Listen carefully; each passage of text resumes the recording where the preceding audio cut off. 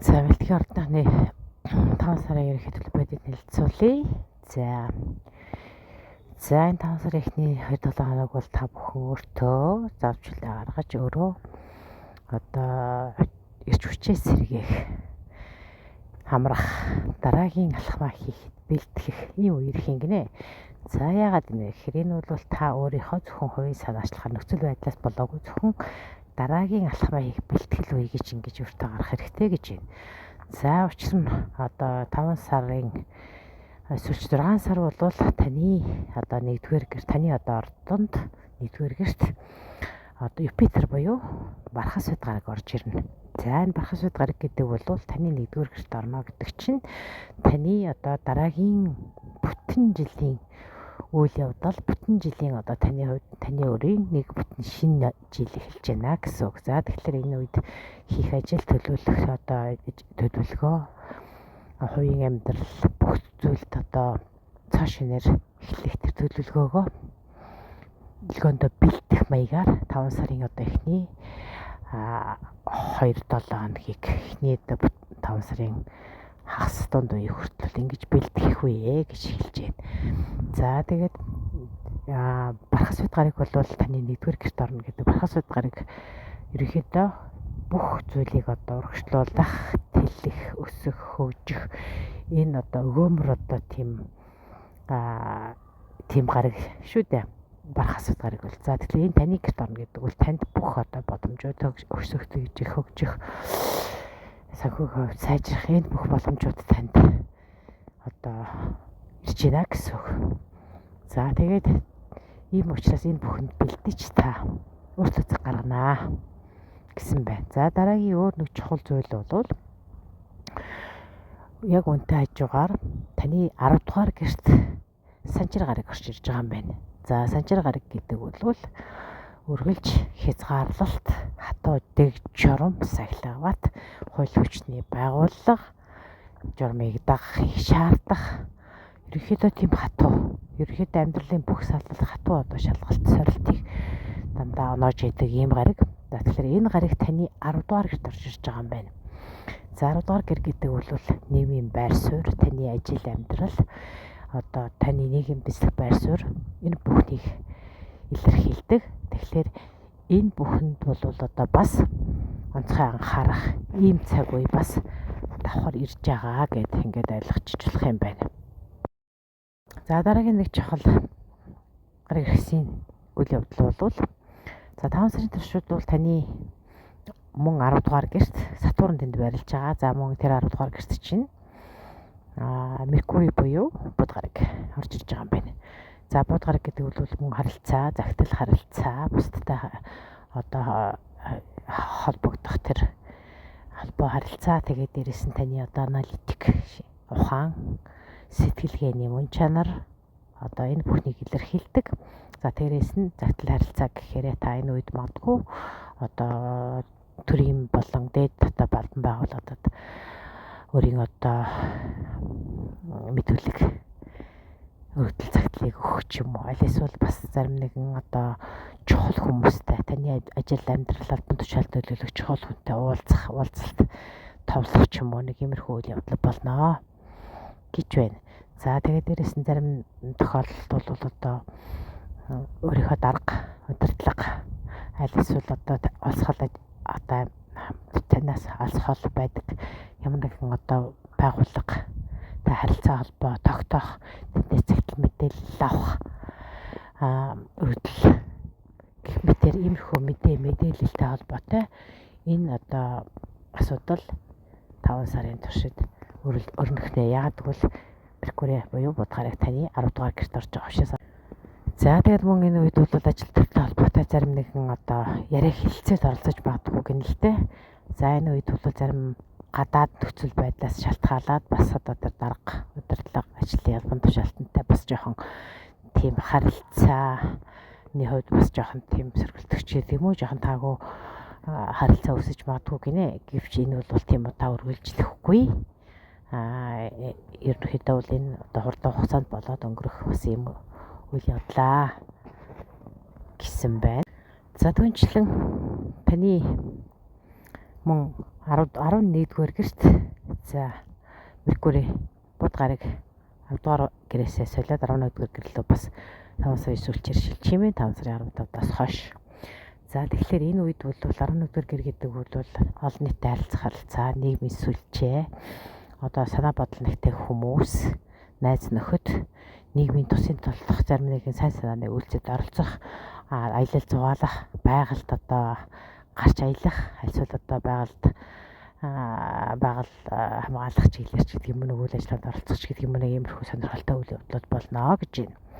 За тэгээд энэ үед бол та санаа бодлоо үзэл бодол нэгтэй хүмүүстэйгээ танилцах, сонирхолтой яриа хөөрөлөх.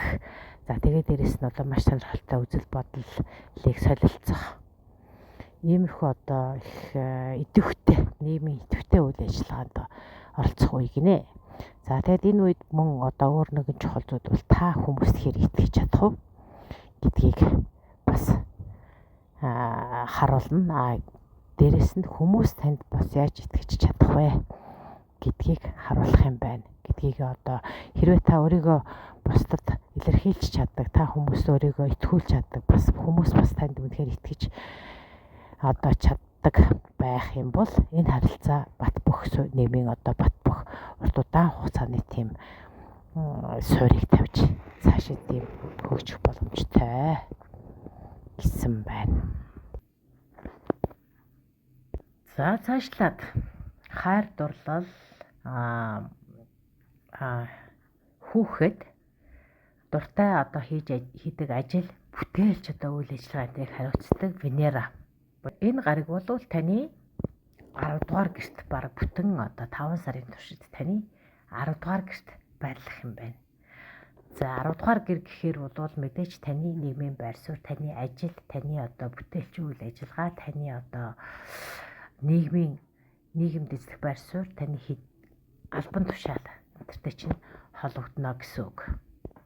За тэгээд энэ 10 дугаар гэр болвол бас тэгээд дээрэс нь албан тушаалаас гадна одоо эрх мэдэл, нийгэмд эзлэх байр сууриас гадна таны нэр хүнд энтертэй холбогддог.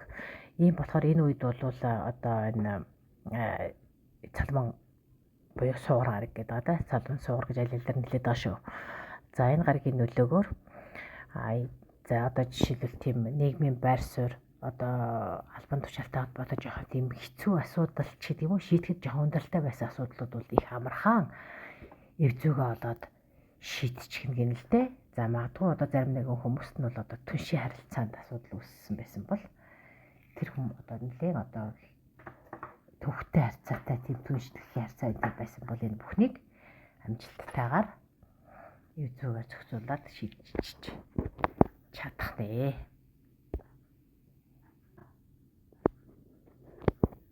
Энэ асуудлыг шийдэхэд бол таны одоо өөрийн чинь хувийн одоо сэтгэл татам, бусдад одоо ингээд таалагдах чадвар, нүүрний одоо юу гэдгүүлээ, нүрийн буян гэж ярьдаг лөө монголчууд гэж ярьдаг шүү дээ, тэ ингээд бусдад хинт ч гэсэн таалагдахаар сайхан нэмсгэлдэг тийм байдал. Аль эсвэл одоо зүгээр цагаа олоод та сайхан хүнд магтаалын үгийг хэлж хүний урмыг сэргээж чаддаг тэр чадвар. Иймэрхүү зүйлүүд нь бол одоо тэр хүндрэлтэй харилцааг, тэр нэгэн үйл ойлголцлыг, тэр нэгэн одоо уучраа олохгүй байгаа тэр нэгэн харилцааг бол зохицуулж чадна гэж. За энэ бүхэн бол мэдээж Венера гарагийн нөлөө. Венера буюу сугар гараг. За монголчууд сугар гарагч гэдэг, цолмон гарагч гэж хэлдэг шүү. За ингээд энэ бүхний нөлөөгөөр 10 дугаар гэрт орж ирсний нөлөөгөөр ажил албатай холбоотой, албан тушаалтай холбоотой, эрх мэдэлтнүүдтэй холбоотой асуудлуудыг хялбархан зохицуулж болох нэ. За энэ үед бол мэдээж таны одоо өөртөө итгэх идгэл, бусдад одоо таалагддаг гэдгийг одоо илүү мэдэрч, тийм ээ. За итгэл чинь илүү өндөр болж байна гэж байна. За энэ нь бол таныг үнэхээр одоо амжилтанд хүргэж хүссэн одоо зүйлдээ хүрэхэд чинь амжилт олоход чинь илүү тусалнаа гэсэн байна. За тэгээд Венера буюу цолмон гариг бол зөвхөн хайр дурлалгоо зүнчиг гэдгээс гадна бас мөнгийг илэрхийлдэг. Тийм учраас энэ үед бол бас зарим нэгэн хүмүүст бол нэмэлт орлого олох юм боломжтой бүрдэнэ гэж байна. За тэгээд дээрэс нь энэ бол бас цолмон гаригийн нөлөөгөөр хайр дурлалыг илэрхийлдэг. Хайр дурлалгоо сайхныг илэрхийлдэг болохоор таны одоо хувийн бусдыг татах чадвар энтрийнхаа нөлөөгөөр бол та магадгүй бас хайр дурлалын тийм романтик холбоог энэ үед үүсгэж болно гэж. За энэ магадгүй одоо ажил төрлийн холбоотой ажлын одоо жишээлбэл хүнтэйгээ дурлалын холбоо үүсгэх юм уу?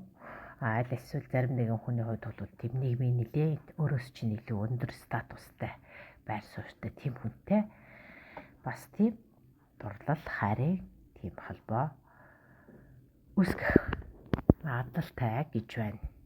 За 5 сарын 12 бол тэргэл саран гарч байгаа үе. За тэргэл саран бол хилэнцгийн ордонд гарч байгаа энэ тэргэл сар таны 5 дугаар гэрт чинь тохиож байгаа юм байна. За энэ бол бас нэлээд жоохон тийм амаргүй зөрчил одоо гэх юм уу? Бас тийм ихтэй тийм юмрхүү тэргэл сар юм байна л да. За энэ юу н одоо төвцөө гэхээр Плутон болон Меркурий буюу бод гариг хоёрын хоорондох одоо тийм харилцсан одоо тийм таагүй байрлалд оршиж байгаа учраас энэ одоо 15-ны сарыг энэ тэргэл сарыг бол ер нь бүх ордоо зөвхөн одоо юуных биш. Одоо танай мэлхийн ордонд биш. Ерөнхийдөө бүх ордныханд жоохон таагүй гэж нэрлэдэг байгаа. За энэ нь болохоор бас дээрэс нь яагаад ингэж нэрлэж байгаа гэхээр өрнийн цухаагаар бол бас Лилит буюу одоо тэр нэг сарны бас нэг тийм таагүй кармтай холбоотой тийм нэг огтлцлыг ярьдаг. Ведийн зурхайд бол сарны одоо хойд урд занглаа буюу үлийн өрийн холбоотой бас гэж холбож ярьдаг. За энэ тохиолдолд бол 9 жилд нэг удаа нэг иймэрхүү одоо цэг дээр ирж уулзалтдаг юм байна л да. Тэнгүүт яг энэ нь болохоор энэ жил энэ 5 сар тохиож байгаа. За тэгэхээр энэ болж байгаа бүх үйл явдлууд одоо мэлхийн ордны 5 дугаар гэрт болж байна гэдэг чинь 5 дугаар гэр хайрт бол мөн юу вэ? Хобби бас мөнгө гоо сайхан энэ бүхэнтэй холбогддог. За энэ бүхэн зам нэгэн бас жоохон тийм сөргөлдөөнтэй учир зүйл үл ойлгогдох тиймэрхүү үйл явдлууд болж байгаа бол энэ үйл явдал 9 жилийн өмнө бас давтагдсан байх магадaltaй юм байна л да. Тийм болохоор 2016 онд бас яг энэ одоо үнэтэй төстэй одоо энергийн түвшинд адилхан гэсэн үг шүү дээ. Тиймэрхүү түвшинд адилхан иймэрхүү үйл явдал болсон байх магадaltaй. Тэрийг бас эргэж хараад жишээд харьцуулаад үзчих зүгээрээ гэж ингэж астрологч зөвлөд байгаа юм. За тэгээд энэ 5 дугаар гэрт холбоотой болохоор таны хүүхэд тэр үед одоо жишээл 16 онд таны одоо хүүхэдтэй холбоотой ямар үйл явдал болсон энэ үйл явдал татдаг ч гэдэг юм уу. Аль эсвэл тэр үед одоо хайр дурлалтай холбоотой ямар нэгэн асуудал хин нэгэн хүнд гомдсон гэдэг юм уу. Аль эсвэл одоо гүн одоо сэтгэлийн дэм хямрал гэдэг юм уу. Тэм зүйлийг авчирсан бол одоо энэ үйл явдлууд дахин одоо арай өөр шатанд давтагддаг ч юм уу. Аль эсвэл тэр үед үүссэн үйл явдлуудыг одоо эдгээр 9 жил үргэлжилсэн бол одоо дуусгах, цэг тавих энэ төр юм уу ярьж байна гэж ойлгож болох нэ. За өөр нэгэн астрологийн сонин үйл бас нэг чухал үйл явдал бол Марс гараг буюу ангараг гараг таны 2 дугаар гэрт орж иж байгаа юм байна. За 2 дугаар гэр гэхээр бол таны мөнгөтэй холбогддог. Таны өөрийн ч хөдөлмөрлөж авдаг мөнгө гэсэн үг. За тэгэхээр энэ үед бол та зарим нэг нь бол одоо Марс гараг гэдэг үйл эрчим хүч энерги маш ядаа хүчтэй зоригтой байх тийм одоо шидэмгийн алхам хийх энтрийг илэрхийлдэг болохоор илүү одоо төл мөнгө олох тийм алхмуудыг энэ үед хийдэг ч юм уу. Аль эсвэл одоо арай илүү сайн цалинтай газар дөрөхөр шийддэг ч юм уу нэг иймэрхүү хөдөлгөөл үүснэ гэж байна. За тэгээд дээрэс нь бол бас өөрийгөө хөлөх үлэмж арай дээгүүр болно гэсэн үг. Одоо жишээлбэл хин нэгэн одоо таныг одоо та аль нэгэн газар хөлсөөр ажилладаг ч юм уу үйлчлэгээ үзүүлдэг бол таны хөлс хүч хөдөлмөрийг чинь доогуур үнэлээд байсан байж болно шүү дээ. Тэгэх юм бол одоо энэ үед та тэр бүхнийг одоо арай илүү өөртөө ихтэйгээр энэ бүхнийг өөрчлөх юм алхмуудыг хийж болно гэж байна. За өөр бас нэг зүйл бол Венера буюу одоо сугаар гарагтай суугар гараг энэ Марс гараг хоёр бол одоо харилцаа нэлээд тийм таатай байрлал байгаа учраас энэ бас таны ажил, бизнес, мөнгө, орлого энэ бүх асуудалд амжилт олох боломжтой гэсэн байна. За 5 сарын 17-ноос 25-ны хооронд бол бас нэгэн чухал үйл явдал болно. Энэ юу гэхээр бол уран гараг, бод гараг, уран буюу Тэнгэрийн ван гэж орчуулдаг те, Меркурий буюу бод гараг. Эднэр бол одоо нэгдэх юм үйл явдал болж байгаа юм л да. Тэгэхээр энэ бол уран гараг гэхээр бол Тэнгэрийн ван бол маш тийм хувьсгалтай өөрчлөлт, гів гинтийн тийм өөрчлөлтийг илэрхийлдэг. Тийм болохоор энэ үеэс эхлээд бол одоо энэ бүтэн жилийн туршид таны одоо бүтэн жилийн туршид таны хийх ажил, үйлс, төлөвлөгөөндөө бол маш том өөрчлөлт орох ийм үе гинэ. За 5 сарын 26-нд бол шинэ сар гарч байгаа. Энэ шинэ сар бол таны 12 дугаар гэрт гарч байна. За тэгэхээр энэ 12 дугаар гэрт бас одоо Меркурий буюу бод гараг орж ирж байгаа. Тэгэхээр энэ үед бол маш одоо тийм сонирхолтой мэдээ энэ төр танд орж ирнэ гэнэлтэй. За энэ бол тэгээд дээрэс нь шинэ сар гарч байгаа. Энэ нөлөөгөөр бол цааш шинэ одоо ирч хүч, шинэ санаа, одоо шинэ төлөвлөгөө, одоо таны өөрийн чинь бүтэн жилийн туршид хийх ажил, одоо бизнес гэдэг юм уу, тэр бүхний чинь шинэ төлөвлөгөөгөө эргэж харах, шинжлэх, одоо дахиад бүтэн жилийн одоо үйл одоо ажил төлөвлөгөөдөө бол бас сайжруулах, бэлтгэх ийм үе гэж хэлж байна. За тэгээд энэ дээрээс нь бол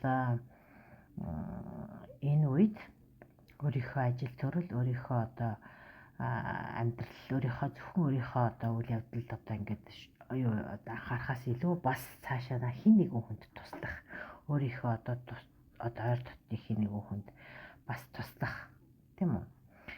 За тэгээд эндээс ирч хүч, урам зоригийг авах ийм үе гинэ. За тэгээд дээрэс нь энэ үед бол бас одоо гар салхинд одоо байх, илүү одоо бусдтай биш, олон хүнтэй биш, ганцаараа одоо бас нэг жоохон өөрлөгөө дотгошооноо хандах энтерт бол их чухал, ирч хүчээ сэргээхэд их чухал үе гэсэн байна. За тэгээд энэ бол ингээд 12 дугаар гэрт орж байгаа болохоор ингэж байгаа байхгүй яа. Тэгвэл 12 дугаар гэр гэдэг бол ерөнхийдөө бас нэг өөртөө хандах, өөрийнхөө дотоод руу хандах, одоо орчлон ертөнцийн одоо тэр үмэн шууганаас жоохон хол өөрийнхөө учир утгыг ойлгох энтерт илүү анхаардаг гэж бас үзтгэлтэй. За тэгээд дээрэс нь